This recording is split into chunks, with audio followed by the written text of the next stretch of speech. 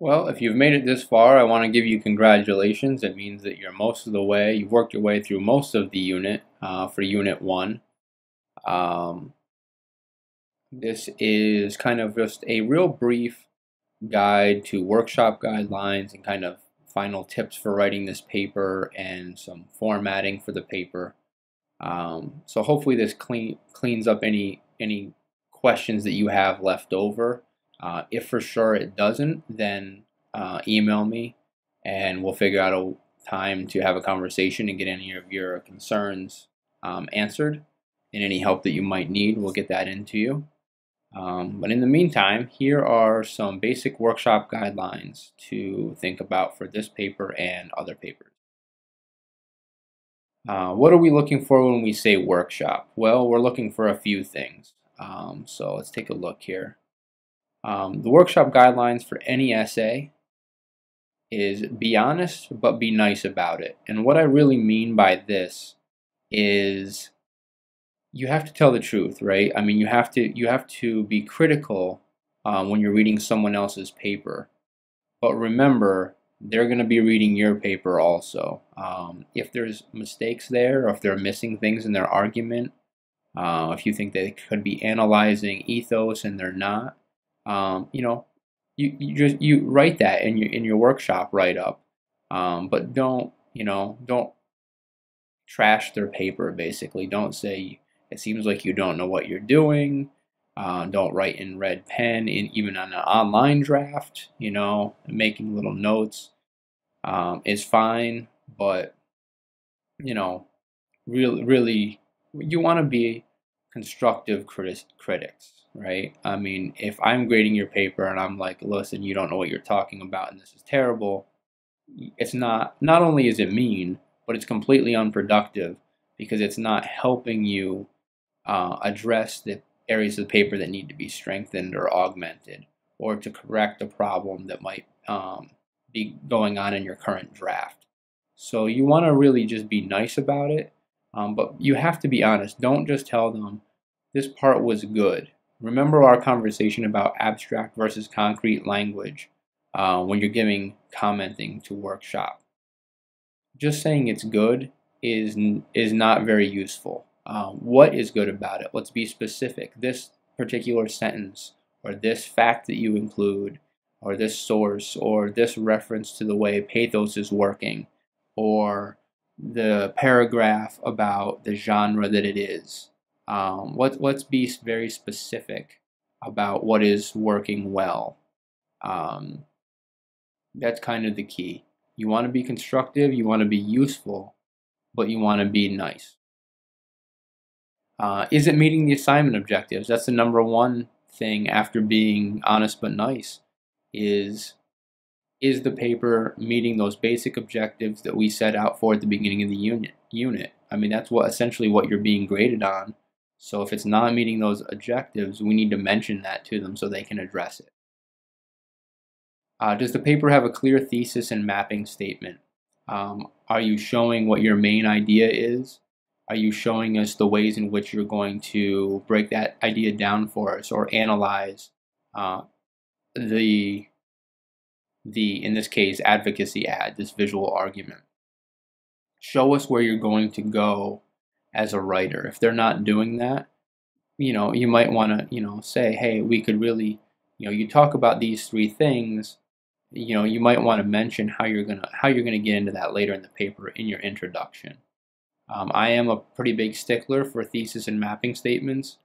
I think it provides not only the author of the paper with a sense of where they're writing, but also where we're reading. So I'm going to definitely look for that.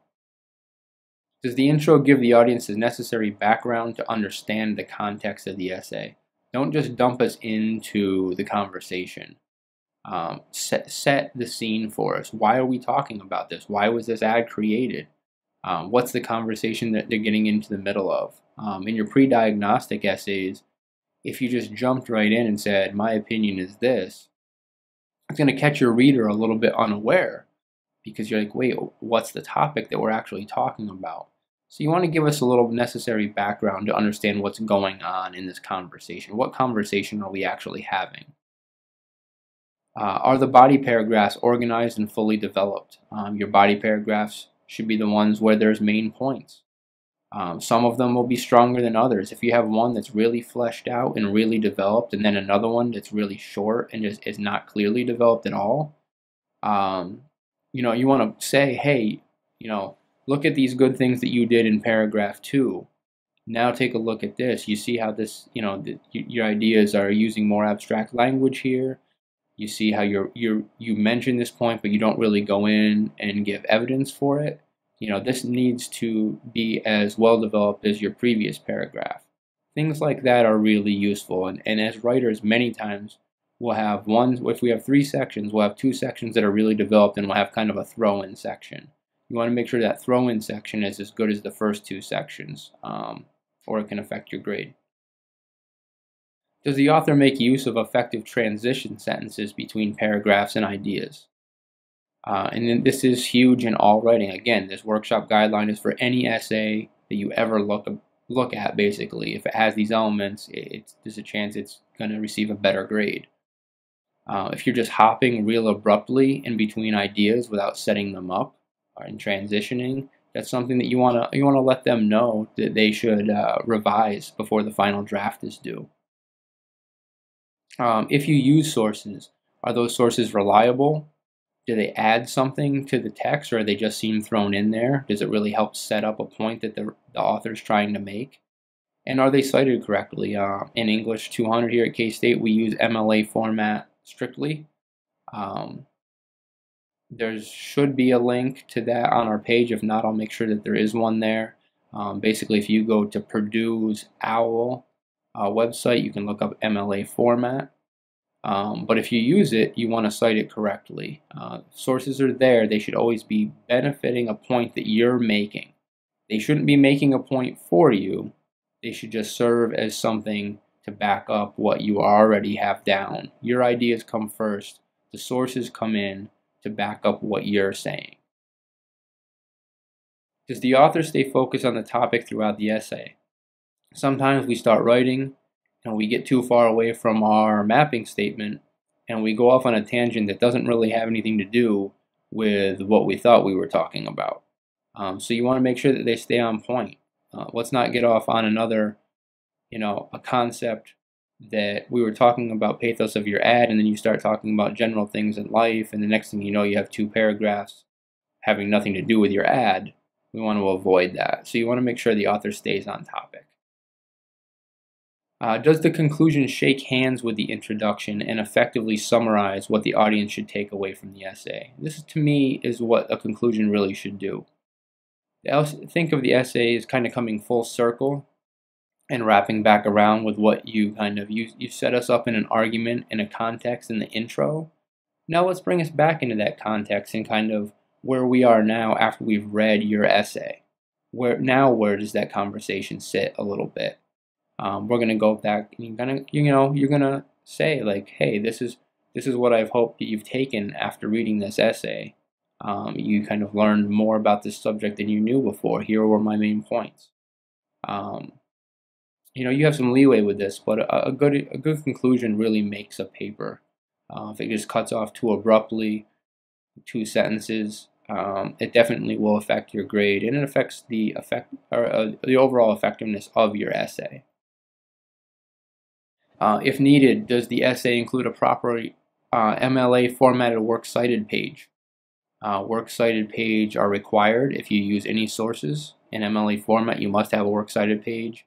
Again, if you go to the Purdue OWL website, they can show you how to format properly works cited page. Is the essay using correct grammar and punctuation, and is it free from errors such as run-on sentences and incomplete thoughts? I put this last. I care more about all the other things on this list than proper spelling and proper grammar. That being said, I mean, it will come off your grade. If there's a lot of run-on sentences, if there's incomplete thoughts, and I kind of not really sure what people are saying, you always want to proofread your paper yourself. You always want somebody else to read it because you won't catch the errors because your brain processes them as correct. Hopefully the workshopping will help fix these issues before they get to me. But it definitely, you want to mention these things. If it's a real big problem in the paper, just focus on a few points and just say, address these issues in subsequent paragraphs as well. Don't try and fix every little error for them. You don't have 5 hours to spend on this. A good workshop for one of our 4 to 5 page papers should take you probably a half hour to 45 minutes to do. So keep that in mind as you're doing it. Here are the workshop guidelines for the visual analysis essay. I'm not going to sit here and read through all of these for you. You're capable of reading them. And this comes right from your supplement.